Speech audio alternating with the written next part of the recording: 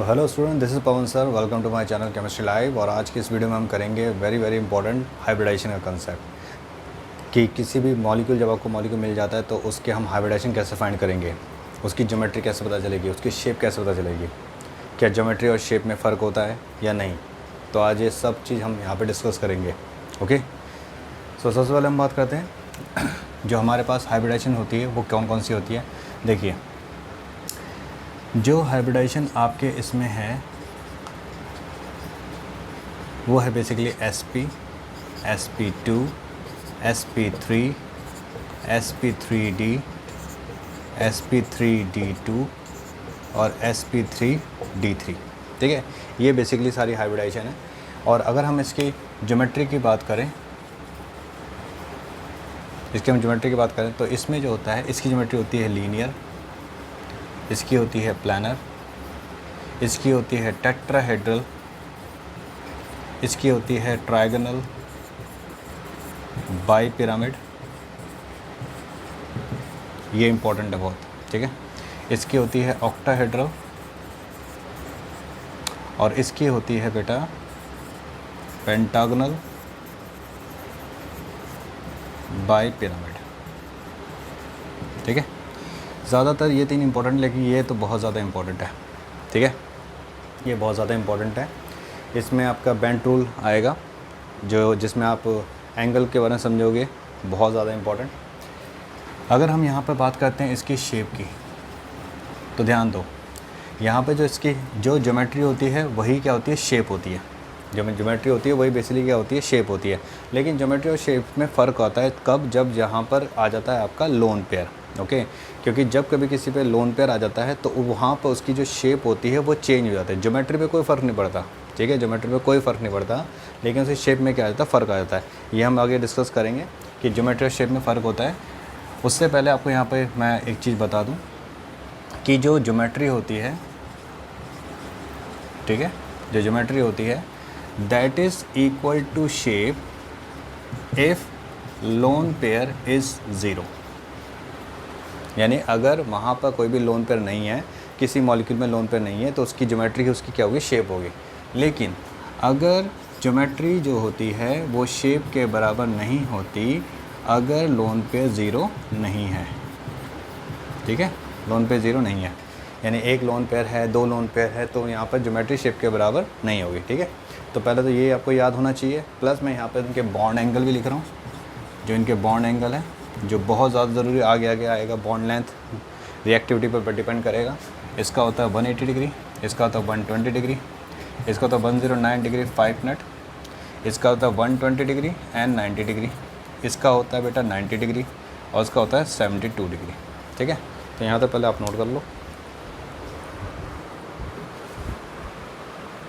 तो I hope आपको यहाँ तक पता चल गया होगा कि क्या हाइब्रिडाइजेशन होती है। अब यहाँ पर हम बात करते हैं इस हाइब्रिडाइजेशन को फाइंड करने के तरीके से। ठीक है, ध्यान दीजिए, यहाँ पर हम बात करेंगे एन रूल की। ठीक है, एन रूल ध्यान से समझो। अगर एन की वैल्यू 2 आती है तो बेटा वो होगा sp, अगर 3 आती है तो sp2, 4 आती है तो sp3, 5 आती है तो sp3d, 6 आती है तो sp3d2, 7 आता है तो sp3d3। ठीक है, ये तो इसका रूल हो गया। अब ये n फाइंड करने के तरीके क्या होते हैं, देखिए कैसे रूल हम फाइंड कर सकते हैं। जो n को फाइंड करने के जो तरीके होते हैं वो कौन कौन से होते हैं। सबसे पहला तरीका जो है आपका, मैं यहाँ आपको लिख रहा हूँ जैसे #1। ठीक है, टू फाइंड n। ठीक है, देखो बेटा, इसके बहुत सारे मेथड हैं। ठीक है, टू फाइंड n के बहुत सारे मेथड हैं। पहला मेथड है बेटा आपका स्ट्रक्चर मेथड। स्ट्रक्चर मेथड में क्या होता है, आपको स्ट्रक्चर गिवन होता है, तो याद रखना उसमें n जो होगा वो होगा सिग्मा प्लस लोन पेयर।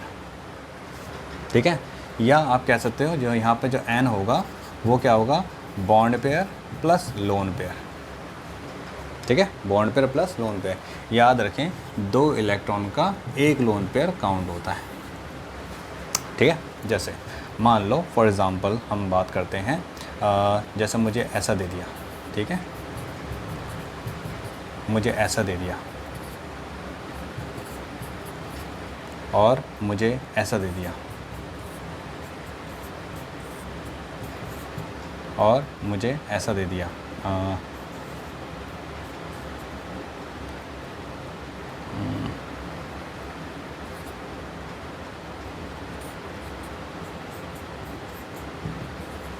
ठीक है, और मुझे ऐसा दे दिया।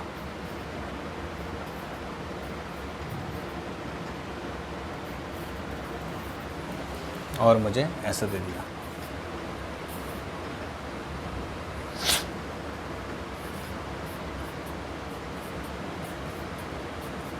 ठीक है, ये मुझे दे दिया, और उसने मुझे बोला कि इन सब में मुझे निकालना है हाइब्रिडाइजेशन। तो देखिए यहाँ पे कितने लोन पेयर है, एक लोन पेयर, और कितने बॉन्ड पेयर है, 3। ठीक है, एक लोन पेयर 3 बॉन्ड पेयर, यानी यहाँ पे जो n की वैल्यू आएगी वो आएगी 4। 3 लोन पेयर, एक बॉन्ड पेयर, 4 के लिए क्या होता है sp3, तो ये sp3 हाइब्रिडाइजेशन हो गई। ठीक है, शेप की बात नहीं कर रहा, मैंने बताया geometry is equal to shape when there is no lone pair. यहाँ पे लोन पेयर तो यहाँ पे शेप डिफरेंट होगी, वो भी हम आगे डिस्कस करेंगे। यहाँ पे देखो कितने हैं, 1 2 3, 3 बॉन्ड बना रहा है, तो ये भी ये अब 3 बॉन्ड है, तो यानी यहाँ पे n की वैल्यू कितनी होगी, 3 होगी। ठीक है, पाई का कोई लेना देना नहीं होता बेटा, पाई का कोई लेना देना नहीं होता। तो ये क्या हो गया sp2, तो इसकी हाइब्रिडेशन क्या होगी sp2, तो ये हो गया आपका sp3, ये हो गया आपका sp2। ठीक है, अच्छा अब यहाँ पे देखो, यहाँ पे कितने हैं, 4। देखो sigma sigma sigma sigma, 4 sigma कहते हैं, 4 बॉन्ड पेयर कर दो, तो यहाँ पे n की वैल्यू कितनी होगी, 4, तो ये हो गया sp3। अब यहाँ पे देखो कितने, 1 2 3 4, 4 सिग्मा, एक लोन पेयर, यानी यहाँ पे n की वैल्यू कितनी होगी, 5 होगी, क्योंकि 4 बॉन्ड पेयर है और एक लोन पेयर है, तो ये हो जाएगा बेटा sp3d। ठीक है, अब यहाँ पे देखो, यहाँ पे भी देखो कितने, 1 सिग्मा 2 3 4 5, 5 सिग्मा, यानी कि n की वैल्यू यहाँ पे भी कितनी है, 5, ये भी क्या हो जाएगा sp3d। अब देखो यहाँ पर 2 लोन पेयर आ गए और 4 बॉन्ड पेयर आ गए, तो यहाँ पर n की वैल्यू कितनी हो गई, 6 हो गई, क्योंकि यहाँ पर 4 बॉन्ड पेयर है और 2 लोन पेयर है, तो ये हो गया बेटा sp3d2। ठीक है, sp3d2 ऑक्टाहेड्रल। बात समझ आएगी कि कैसे मैंने इसको किया है। Okay, clear. अच्छा, तो एक तो मेथड ये होता है स्ट्रक्चर मेथड, कि आपको एक स्ट्रक्चर दे दिया जाए तब। अब मान लो स्ट्रक्चर ना दिया जाए, तब क्या करेंगे। मान लो तो यही था, हमें स्ट्रक्चर नहीं देता, हमें से कहता है NH3 है, और हमें कहता NH4+ है, ठीक है, और हमें कहता SO2 है, हमें कहता SO3 है, हमें कहता SO3 2- है, हमें कहता SF4 है, तो हम कैसे करते हैं, हमें स्ट्रक्चर नहीं दिया। ठीक है, तो बेटा यहाँ पर एक और मेथड जो आता है, दूसरा मेथड जो आता है वो, इसे हम कहते हैं इलेक्ट्रॉनिक मेथड। इलेक्ट्रॉनिक मेथड में क्या होता है, इसमें n की वैल्यू कैसे निकालेगी। देखिए, सबसे पहले आपको निकालना पड़ेगा total number of electron, total number of valence electron निकालना पड़ेगा। ठीक है, सबसे पहले आप टोटल नंबर वैलेंस इलेक्ट्रॉन निकालेंगे। ये कैसे निकलेगा, total number of valence electron से, दैट इज़ मान लो k।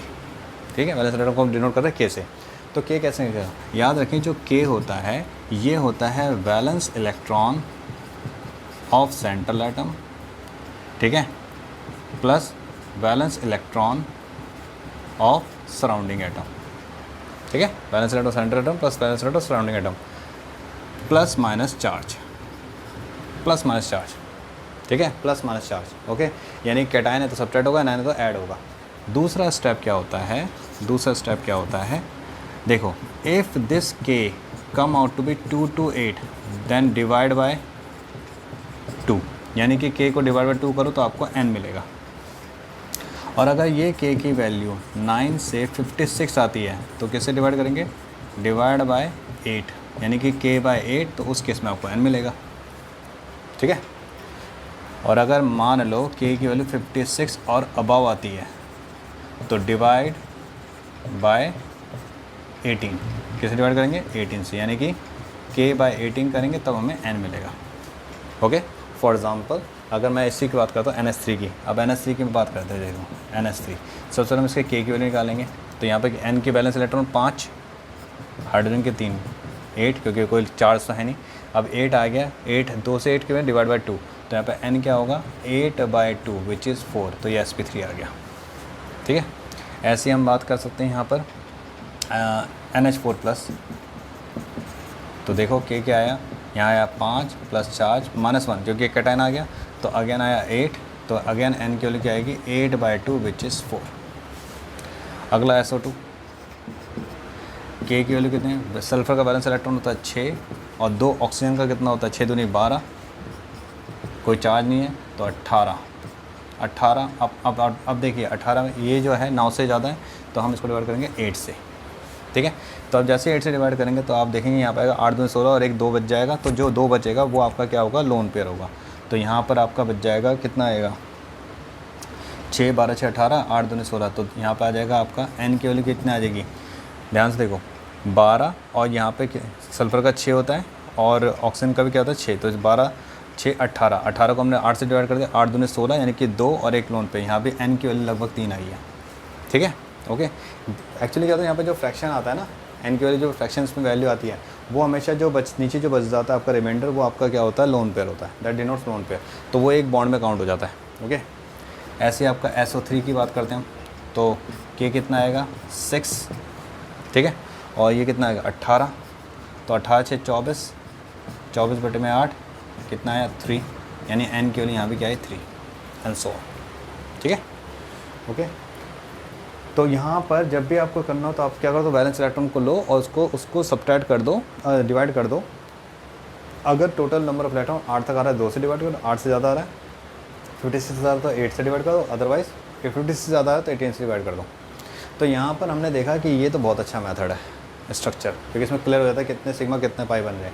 इसमें जैसे हमने देखा यहाँ पर रिमाइंडर कुछ बच गया है ना, यहाँ पर रिमाइंडर बच गया ना, मैं अब रिमाइंडर बच जाएगा तो हम कैसे दिमाग में रखेंगे कि भाई लोन पेयर आएगा या नहीं आएगा। तो इसके लिए एक अल्टीमेट मेथड आता, तीसरा मेथड नोट कर लो, वो ख़त्म कराता हूँ।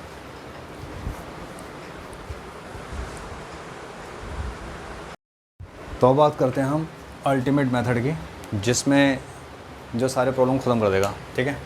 देखो, जो एन निकालने का तरीका होता है वो होता है बेसिकली, एन जो होता है वो होता है valence electron of central atom, बहुत ध्यान से देखना, ठीक है, plus surrounding atom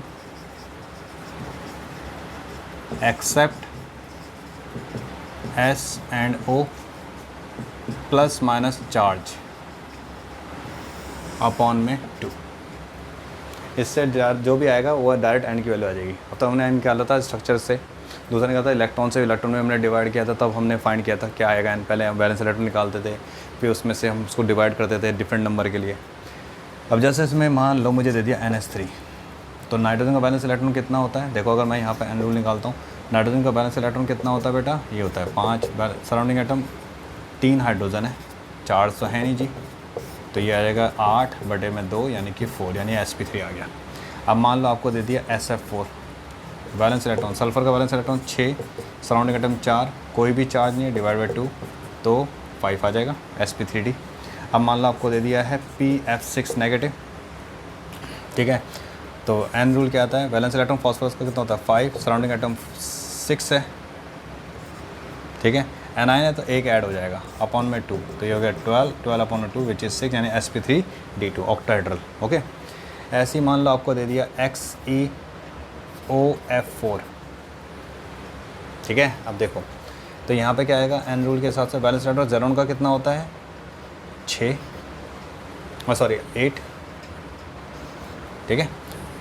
surrounding atom except S and O, S और O नहीं लेना, O नहीं लेंगे हम, 4 F लेंगे अपॉन में 2, तो कितना है 6, यानी sp3d2।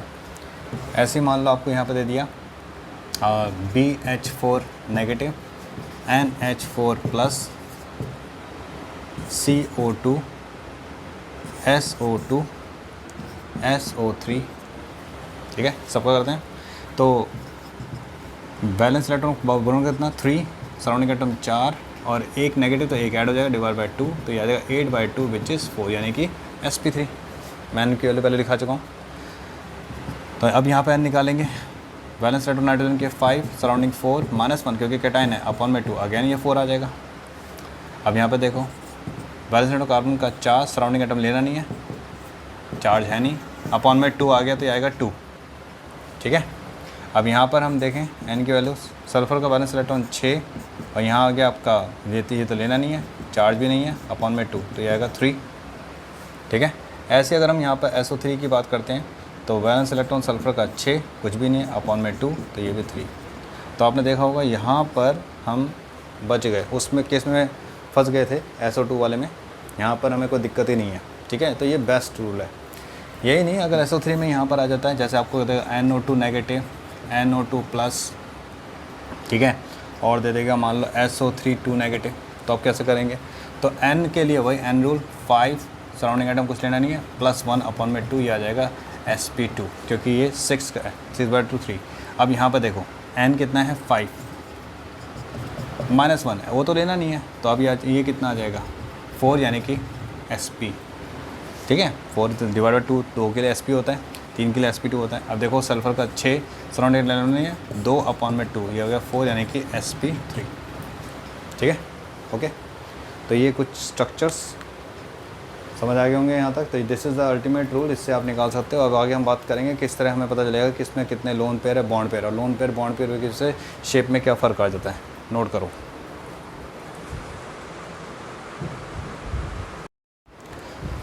तो बेटा अब हम करते हैं आगे केसेस जब हमारे पास लोन पेयर भी हो, बॉन्ड पेयर हो। तो देखो अब ध्यान से समझना, ठीक है। देखो यहाँ पे मैं लेके चल रहा हूँ इलेक्ट्रॉन पेयर, ठीक है। यहाँ मैं लेके चल रहा हूँ बॉन्ड पेयर, यहाँ मैं लेके चल रहा हूँ लोन पेयर, यहाँ मैं लेके चल रहा हूँ बेटा आपका हाइब्रिडाइजेशन, यहाँ मैं लेके चल रहा हूँ ज्योमेट्री, और यहाँ लेके चल रहा हूँ मैं शेप, ठीक है। तो ध्यान से देखना, देखो अगर 2 इलेक्ट्रॉन पेयर हैं, 2 ही बॉन्ड पेयर हैं, कोई लोन पेयर नहीं है, तो इसकी हाइब्रिडाइजेशन होगी sp, और ये ज्योमेट्री होगी लीनियर, और शेप भी क्या होगा, लीनियर, ठीक है। एग्जाम्पल भी कभी कर लेते हैं यहाँ पर, जैसे BeCl2 CO2 CS2, ठीक है, ओके। अब अगर मान लो दूसरे में, अगर मान लो 3 बॉन्ड पेयर है, 3 इलेक्ट्रॉन है, जिसमें से 2 बॉन्ड पेयर है, सेंट्रल एटम के बाद 3 थे, ये सेंट्रल एटम का होता है हमेशा, याद रखना किसका होता है, ये सेंट्रल एटम का, ठीक है। 2 ने बॉन्ड पेयर बनाया, 1 लोन पेयर आ गया। पहले चलो 3 ले लेते हैं, 3 है और ये कुछ भी नहीं, तो ये तो सिंपल है sp2 प्लानर, ठीक है। और ज्योमेट्री भी AC भी क्या होगी, प्लानर होगी, ट्रायंगुलर प्लानर, ठीक है। Example BCl3 SO2 SO3 SO2 आ गया, ठीक है, एंड SO3, ओके। अब अगर हम बात करते हैं तीसरा, अगर 3 है जिसमें से 2 बॉन्ड पेयर है और 1 लोन पेयर है, ठीक है, तो हाइब्रिडाइजेशन sp2 रहेगी, ज्योमेट्री प्लानर रहेगी, लेकिन अब जो शेप होगा वो जाएगा बेंट शेप हो जाएगा ना, ऐसा हो जाएगा, ऐसा, यानी ये यहाँ पर जो हैगा ना वो कुछ ऐसा हो जाएगा, यूँ, ये लोन पे, ठीक है, ओके। इसमें आ जाते हैं आपका बेसिकली SO2, ओके। ऐसी अगर हम बात करते हैं चौथे की, 4 हैं, चारों कुछ नहीं, sp3 टेट्राहेड्रल, ठीक है, और इसका ज्योमेट्री शेप भी क्या होगा, टेट्राहेड्रल होगा, ओके। CH4 CCl4 NH4+, ठीक है। लेकिन अगर मान लो 4 जिसमें से 3 बॉन्ड पेयर 1 लोन पेयर, तो ज्योमेट्री यही रहेगी, हाइब्रिडाइजेशन भी यही रहेगा, लेकिन शेप हो जाएगी पिरामिडल, यानी अभी ऐसा हो जाएगा, देखो यूँ, ठीक है। एग्जांपल इसका NH3, ओके। ऐसे ही मान लो छठे पर 4 हैं जिनमें से 2 बॉन्ड पेयर 2 लोन पेयर, तो हाइब्रिडाइजेशन sp3, ज्योमेट्री टेट्राहेड्रल, लेकिन अब जो शेप होगी वो क्या हो जाएगी, बटरफ्लाई शेप, ठीक है, या बैंड शेप भी कह सकते हो, यानी कि कुछ ऐसा हो जाएगा, ये है ये, ठीक है, इस तरह का। ये मान लो ये A है तो ये B भी हो गया, यहाँ पे ये A है तो ये 2B हो गया। एग्जांपल इसका H2, ठीक है। ऐसे ही हम आते हैं 7वें नंबर का, मान लो यहाँ पर, अब देखो 4 में 3 लोन पेयर 1 बॉन्ड पेयर नहीं होता, ठीक है। तो अब मान लो 5 है, 5 बॉन्ड पेयर कोई लोन पेयर नहीं, तो sp3d ट्रायगोनल बाई पिरामिड और ट्रायगोनल बाई पिरामिड, ठीक है। एग्जांपल PCl5, ठीक है। अब 8वें नंबर पर 5 है जिसमें 4 बॉन्ड पेयर है 1 लोन पेयर है, sp3d trigonal by pyramid, but यहाँ पे क्या हो जाएगा, सीसॉ, क्या हो जाएगा, सीसॉ कह दो, या डिस्टॉर्टेड टेट्राहेड्रल भी कह सकते हैं इसको, ओके। यानी कि यहाँ पे जो शेप होगी वो कुछ ऐसी आएगी, यूँ, ये A है, ये लोन पे है, ये B। एग्जांपल है इसका SF4, ठीक है, नोट कर लो।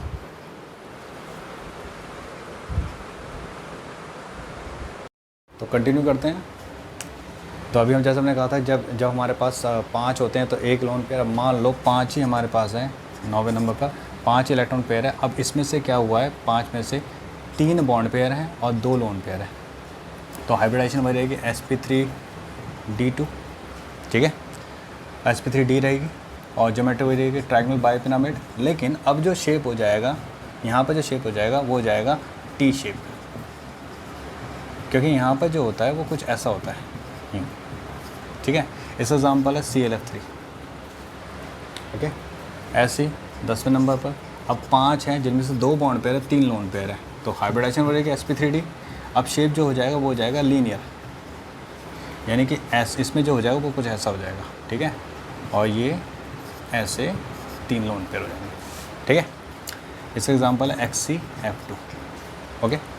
नाउ अब मानते हैं 11 नंबर का 6 है, 6 की 6 बॉन्ड पे कोई लोन पे नहीं, तो sp3d2 ऑक्टाहेड्रल। तो यहाँ पे जो शेप आएगी वो भी क्या होगी, ऑक्टाहेड्रल होगी, ठीक है। ध्यान दो ज्योमेट्री इसकी यही रहेगी ट्रायंगल बाइपिरामिड, लेकिन जो शेप हो जाएगी वो हो जाएगी लीनियर यहाँ पर, ठीक है। शेप ज्योमेट्री में फ़र्क है, देखो शेप ज्योमेट्री में फ़र्क है, ओके। देखो लोन पे हटा दो, जब शेप पता करो लोन पे हाथ रख दो, आपको शेप मिल जाएगी। देखो ये टी शेप है ना, देखो ऐसा है ना, इसको आप सीधा रख दो तो ऐसा टी शेप है ना। ऑक्टाहेड्रल जैसे एग्जांपल है SF6। अब 12वें नंबर पे हम बात करते हैं। अगर 6 हैं जिनमें से मान लेते हैं 5 हैं बॉन्ड पेयर, 1 लोन पेयर है, तो sp3d2 ऑक्टाहेड्रल, ठीक है। अब इसमें क्या हो जाएगा बेटा आपका स्क्वायर पिरामिडल, मतलब ये कुछ ऐसा हो जाएगा, ऐसा है ना, यूं यूं यूं, ठीक है, स्क्वायर पिरामिडल हो जाएगा, ओके। तो ये हो जाए जैसे इसके में आता है आपका sp3d2 में 6 बॉन्ड पेयर है और 1 लोन पेयर है, तो ये आ जाएगा आपका XCOF4, ठीक है। ऐसे आता है 13वें नंबर पर 6 हैं 4 2, अगेन sp3d2 ऑक्टाहेड्रल ज्योमेट्री, ठीक है। अब ये क्या हो जाएगा, ये हो जाएगा स्क्वायर प्लानर, ठीक है। मतलब अब ये ऐसा हो जाएगा, ये लोन पेयर और ये लोन पेयर, ठीक है। और इसका होता है XCF4, ठीक है। ऐसे अगर मान लो 14 नंबर पर हम बात करते हैं। अब यहाँ पर हम लेते हैं 7 है, ठीक है, और यहाँ पर मान लेते हैं 7 है, कोई नहीं है, तो sp3d3 ये होता है पेंटागनल बाइपिरामिड, ठीक है, पेंटागनल बाइपिरामिड, और ये होता है IF7, ठीक है। इसमें भी एक और ले लेते हैं, 7 हैं 6 बॉन्ड पेयर 1 लोन पेयर, ठीक है। हाइब्रिडाइजेशन sp3d3 पेंटागनल बाइपिरामिड, ठीक है। लेकिन यहाँ पर क्या हो जाता है, ये डिस्टॉर्टेड हो जाता है, क्या हो जाता है, डिस्टॉर्टेड ऑक्टाहेड्रल कह देते हैं इसको, ठीक है। इसका एग्जांपल आप ले सकते हो XCF6, ठीक है, XCF6। ये आपके सामने मैंने पूरा डिटेल रख दिया, वेरी वेरी इंपॉर्टेंट। इससे आपको आइडिया हो जाएगा कि कौन से बॉन्ड पेयर कौन से लोन पेयर। अब अगर आपसे पूछता है कि ClF3 का ज्योमेट्री बताओ, तो हाइब्रिडाइजेशन sp3d ज्योमेट्री इसकी ट्रायंगल बाइपिरामिड, लेकिन शेप क्या होगा, टी शेप होगा। ऐसा इसलिए होता है क्योंकि जो लोन पेयर होते हैं अकॉर्डिंग टू वेस्पर थ्योरी वो अपने आप को ऐसे ओरिएंट करते हैं स्पेस में कि कम से कम उनमें क्या हो, रिपल्शन हो, ठीक है। ये जो 5 है 6 है इनमें आ जाता है बेंट रूल लगता है, ठीक है। बेसिकली क्या लगता है इसमें बेंट रूल लगता है, लेकिन ये आपको पता होना चाहिए सारी चीज़ें, ओके। आगे हम डिस्कस करेंगे, बेंट रूल को भी डिस्कस करेंगे, ओके। पहले यहाँ तक नोट कर लो। तो अब आगे बात करते हैं हम इसमें। मान लीजिए कि क्या कहते हैं, आपको कोई भी स्ट्रक्चर दे देता है और उसमें वो कहता है कि इसके हाइब्रिडाइजेशन क्या है, इसका शेप कैसा होगा। तो देखो जैसे मान लेते हैं आपको दे दिया SF4, मैंने जैसे दिया SF6, तो अब आप आराम से इसमें हाइब्रिडाइजेशन लोन पेयर बॉन्ड पे निकाल सकते हैं। जैसे यहाँ पर वैलेंस इलेक्ट्रॉन कितने 6 हैं, ठीक है, तो और यहाँ पर कितने हैं आपके 4, तो ये कितना है 2, 10/2 यानी कि 5, तो ये sp3d, ठीक है। अब sp3d है, तो अब इसमें क्या केस क्या है, इसमें अगर आप देखो तो यहाँ पर 5 बॉन्ड बता रहा है, लेकिन यहाँ पर कितने हैं 4 बॉन्ड है, यानी क्या लोन पेयर है। तो इसका हाइब्रिडाइजेशन है आपका ट्रायंगल बाइपिरामिड, लेकिन इसका जो शेप है वो है आपका सीसॉ कह दो, डिस्टॉर्टेड टेट्राहेड्रल कह दो, कोई से भी कह सकते हो आप इसको, ठीक है। सिमिलरली SF6 की अगर हम बात करें, यहाँ पर SF6 की बात करें हम, तो ये है बेटा सीसॉ, ठीक है। तो अगर जैसे यहाँ पर निकालते हैं एन रूल के हिसाब से 6 + 6/2, तो 12/2 क्या आया 6, तो ये आ गया आपका sp3d2, तो ऑक्टाहेड्रल हो गया। तो इसका शेप अब देखो 6 हैं, 6 ही बॉन्ड है, तो यानी कि पूरा ऑक्टाहेड्रल बना रहा है ऐसा। तो कहने का मतलब ये है कि इस तरह से आप हाइब्रिडाइजेशन निकाल सकते हो, ज्योमेट्री शेप बता सकते हो। इस केस में अगर आप ध्यान से देखो तो यहाँ पर ज्योमेट्री और शेप इक्वल नहीं है, ठीक है। यहाँ पर जो ज्योमेट्री आई है, यहाँ पर जो ज्योमेट्री है और जो शेप है वो डिफरेंट है, लेकिन यहाँ पर जो ज्योमेट्री है वही क्या होगी, शेप। यही मैंने आपको पहले बताया था कि ज्योमेट्री और शेप में सबसे बड़ा फ़र्क यही है कि अगर लोन पेयर आ गया तो ज्योमेट्री और शेप सेम नहीं होगी, लोन पेयर नहीं आया तो दोनों सेम हो जाएगा, ठीक है। अब आते हैं हम यहाँ पर बेंट रूल पर कि बेंट्स रूल क्या कहता है। हेनरी बेंट ने इसको बताया था, ठीक है। State that a more in a molecule a more electronegative atom always occupy axial position, ठीक है, and the lone pair or double bond occupy equatorial position, ठीक है। किसी भी मॉलिक्यूल में जो ज़्यादा इलेक्ट्रोनेगेटिव हो जाएगा एक्सियल में, और जो बाकी जो लेस इलेक्ट्रोनेगेटिव होंगे या लोन पेयर होगा या डबल बॉन्ड होगा तो वो कहाँ जाएगा, आपका इक्वेटोरियल पोजीशन पे जाएगा, ठीक है। More over the electronegative atom occupying axial position would have more p% character as well with its bond with central atom, and that of equatorial bond will have more percentage of S character with attached central atom. Statement थोड़ी सी लंबी है लेकिन simple है, देखो समझ लो यहाँ तक। चलो पहले इतना नोट कर लो, फिर मैं एक साथ बताता हूँ। चलो समझिए कि ये कहना क्या चाहता है। जैसे बेटा मान हम लेते हैं ट्रायंगल बाइपिरामिड शेप, ठीक है। इसकी बात करते हैं, इस ज्योमेट्री की बात करते हैं। ये बनता है बेटा sp3d से। sp3d कैसे बनता है, जब एक s px py pz और dz² से मिलके बनता है। ध्यान दो ये 3 होते हैं एक प्लेन में, ठीक है, xy प्लेन में होते हैं। ये s का कोई डायरेक्शन नहीं होता, ये क्या होते हैं, xy प्लेन में होते हैं। किस में होते हैं, ये xy प्लेन में, ठीक है। तो ये बनाते हैं आपका ऐसा इक्वेटोरियल यूँ, ठीक है। तो इसका एंगल कितना होता है बेटा, 120 और 120, ठीक है। ये जो pz होते हैं, z होता है ऐसा, ठीक है। ये होता है आपका, ये आपका देता है इक्वेटोरियल और ये आपका क्या देता है बेटा, एक्सियल। dz² ही यूज़ क्यों किया, क्योंकि वैसे तो डी क्वेश्चन अराइज हो सकता है कि dz² ही यूज़ किया क्योंकि डी के तो सारे ऑर्बिटल डी जनरेट होते हैं, dxy dy dz।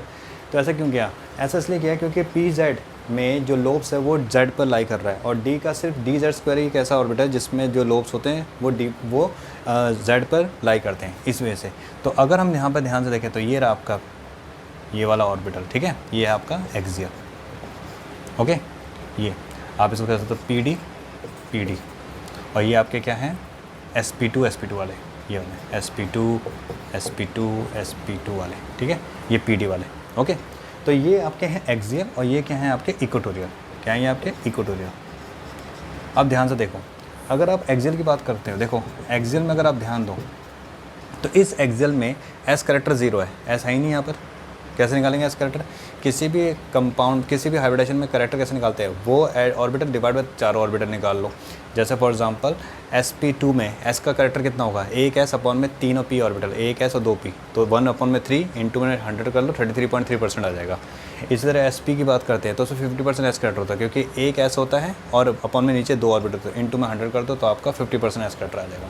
तो इस एक्सियल में ना एस करेक्टर होता ही नहीं है, नील होता है, ऐसा ही नहीं। लेकिन जो इक्वेटोरियल होता है उसके अंदर एस करेक्टर होता है, एस करेक्टर होता है, ठीक है, उसके अंदर एस करेक्टर होता है।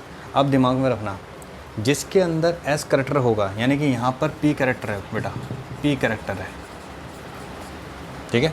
अब दिमाग में रखो एक चीज़, जितना ज़्यादा एस करेक्टर होता है, यानी एस परसेंटेज या एस करेक्टर होगा, ठीक है, उतना ही ज़्यादा वो मोर नियर टू न्यूक्लियस होगा,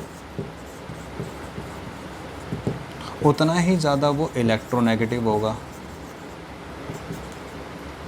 और उतना ही ज़्यादा उसके अंदर क्या होगा? बल्कीनेस होगी, मोर बल्कीनेस, क्योंकि एस जो होता है वो ऐसा होता है, यूँ बड़ा सा इलेक्ट्रॉन क्लाउड होता है।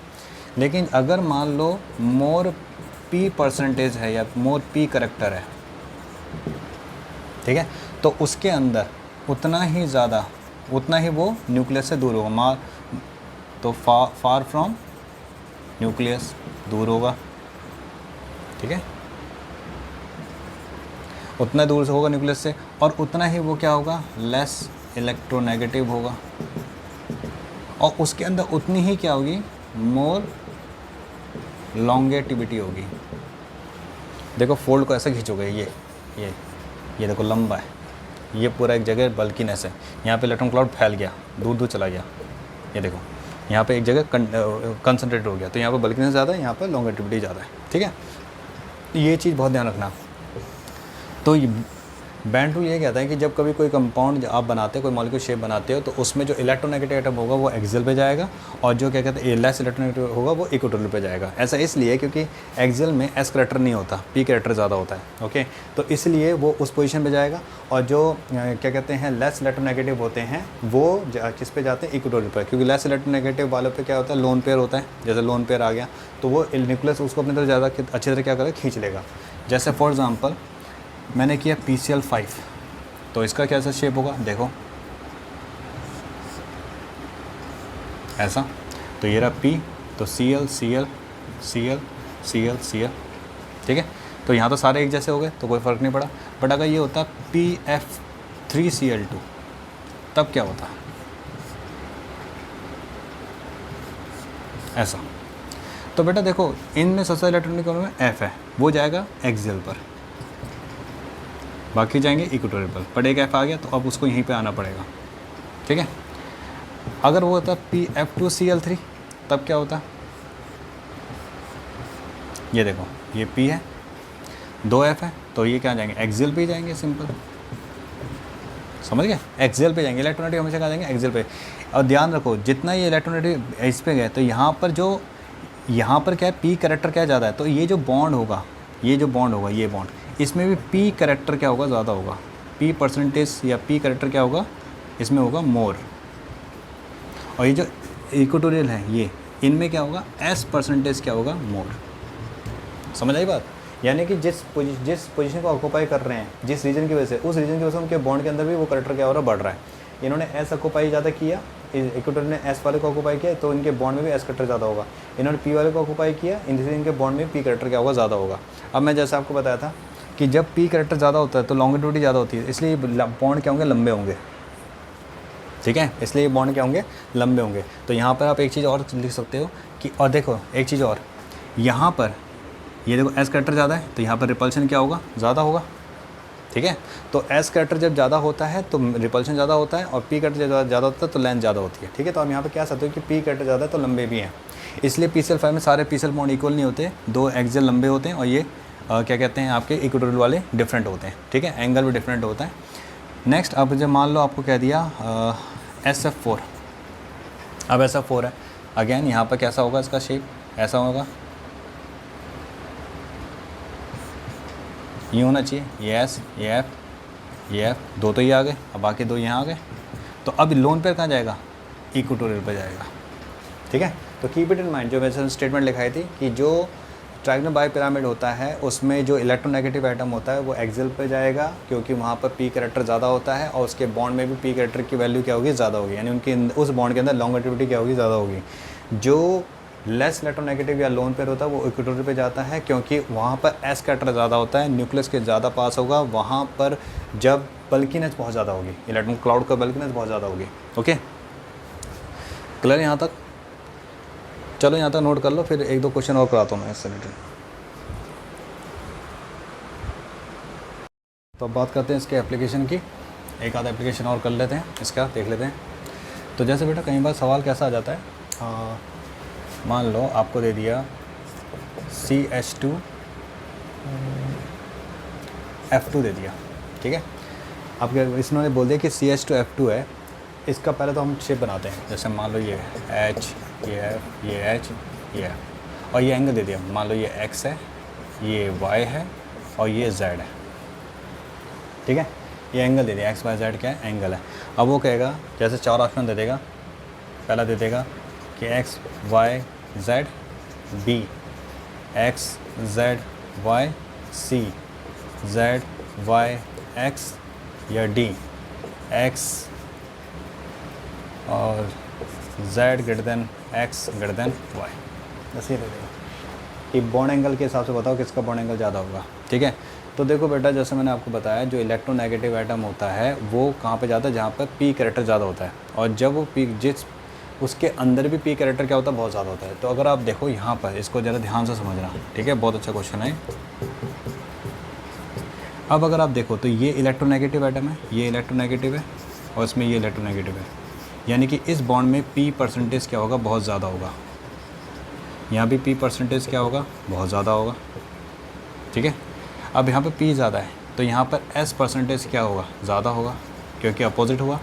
यहाँ भी S परसेंटेज क्या होगा, ज़्यादा होगा, क्योंकि S और P मिलकर ही बेटा 100% बनाते हैं। ठीक है, किसी मॉलिक्यूल में अगर P परसेंटेज ज़्यादा तो S कम होगा, S परसेंटेज ज़्यादा तो P कम होगा। ठीक है, अब देखो बेटा ध्यान से समझना, इसका मतलब ये हुआ कि S, अभी मैंने बताया था S परसेंटेज मतलब इलेक्ट्रॉन का क्लाउड बहुत ज़्यादा होगा, यानी बल्कीनेस बहुत ज़्यादा होगी, तो यहाँ पर बल्कीनेस ज़्यादा होती है, यानी यहाँ पर जो रिपल्शन होगा, ये जो इलेक्ट्रॉन क्लाउड होगा, ये कुछ ऐसा होगा ना, ये देखो, जैसे ये H है, ये H है, ये क्लाउड, और यहाँ पर क्या होगा, लंबाई ज़्यादा होगी, तो ये इसको आप ऐसा कह सकते हो, यूँ। ठीक है, अब देखो ये ऐसा होगा और ये कुछ ऐसा होगा। ठीक है, अब अगर बताओ, यहाँ पे इलेक्ट्रॉन क्लाउड खिंच गया, यहाँ पे इलेक्ट्रॉन क्लाउड कंडेंस है, तो यहाँ पर रिपल्शन क्या होगा, ज़्यादा होगा, यहाँ पर रिपल्शन क्या होगा, कम होगा, यानी यहाँ का जो एंगल होगा वो सबसे ज़्यादा होगा, यहाँ का एंगल सबसे कम होगा, यहाँ का एंगल थोड़ा सा ज़्यादा होगा। मतलब यहाँ पे जो ऑर्डर होगा वो X का ज़्यादा होगा, Y का फिर Z का। बात समझ आ गई?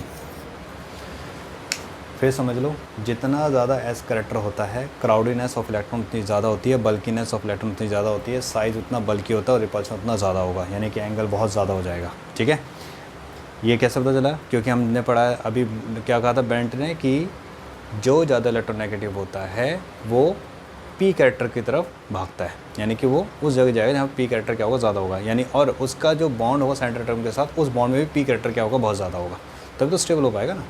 ठीक है, तो ये इसके अंदर एस का होगा, इसके अंदर क्या होगा, पी होगा, तो इन दोनों में पी है, इसमें एस एस, इसमें एस पी है, तो सबसे स्ट्रॉन्ग रिपल्शन होगा एस एस का, फिर एस पी, फिर पी पी का। ठीक है, तो इसलिए ये रिपल। एक और देख लो, अब मान लो आपको दे दिया फॉर एग्ज़ाम्पल CH3I और दे दिया CF3I। ठीक है, मिथाइल आयोडाइड और आप कह सकते हो 1 आयोडोमीथेन और 111 ट्राईफ्लोरो 1 आयोडोमीथेन। ठीक है, अब इन दोनों में वो बोलेगा कि किसका, कंपेयर द बॉन्ड लेंथ।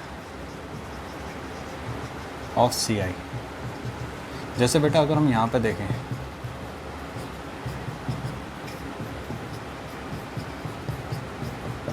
अब हम पता करना है इन दोनों में किसका बॉन्ड लेंथ ज़्यादा है, ठीक है। तो देखो बेटा ये इलेक्ट्रोनेगेटिव एटम है, ठीक है। अब बहुत ध्यान से समझना, बहुत ध्यान से समझना, ये इलेक्ट्रोनेगेटिव एटम है, ये इलेक्ट्रोनेगेटिव, ये तो दोनों सेम हो गए, यानी यहाँ पे इन दो बॉन्ड का तो सेम हो गया, ठीक है। लेकिन अगर आप देखो यहाँ पर ये दोनों बॉन्ड का तो सिंपल है, ये दो अगर इलेक्ट्रोनेगेटिव, ये दोनों बॉन्ड तो सेम हो जाते हैं इस हिसाब से। लेकिन अगर हम सराउंडिंग एटम को देखें तो यहाँ पे ये इलेक्ट्रोनेगेटिव एटम है, ये भी इलेक्ट्रोनेगेटिव है, यानी कि इलेक्ट्रोनेगेटिव एटम का क्या होगा, पी कैरेक्टर ज़्यादा होगा, पी कैरेक्टर ज़्यादा होगा, पी कैरेक्टर ज़्यादा होगा, ठीक है। ये लेस इलेक्ट्रोनेगेटिव एटम है, तो इस केस में इसका पी कैरेक्टर ज़्यादा होगा, और यानी कि इसका पी कैरेक्टर यहाँ पर इस बॉन्ड का पी कैरेक्टर होगा मोर और एस कैरेक्टर होगा लेस, ठीक है। अब इस केस में क्या होगा, इस केस में क्या होगा कि अगर हम इस केस की बात करते हैं, इस केस में क्या होगा, एस कैरेक्टर होगा मोर, ठीक है। अब ध्यान से सुनो, इसका पी कैरेक्टर ज़्यादा है और यहाँ पर क्या है, पी कैरेक्टर ज़्यादा है, तो यहाँ पर एस कैरेक्टर ज़्यादा होगा, ठीक है। बात समझ आ गई भाई। देखो जो ज़्यादा इलेक्ट्रोनेगेटिव होता है ना, अब देखो इस बॉन्ड को इस बॉन्ड के साथ कंपेयर करो, इस बॉन्ड में और इस बॉन्ड में क्या फ़र्क है, इस बॉन्ड में पी कैरेक्टर ज़्यादा, एस कैरेक्टर कम है, इस बॉन्ड में एस कैरेक्टर ज़्यादा, पी कैरेक्टर कम है, क्योंकि इसके अपोजिट वाले बॉन्ड में पी कैरेक्टर ज़्यादा हो गया।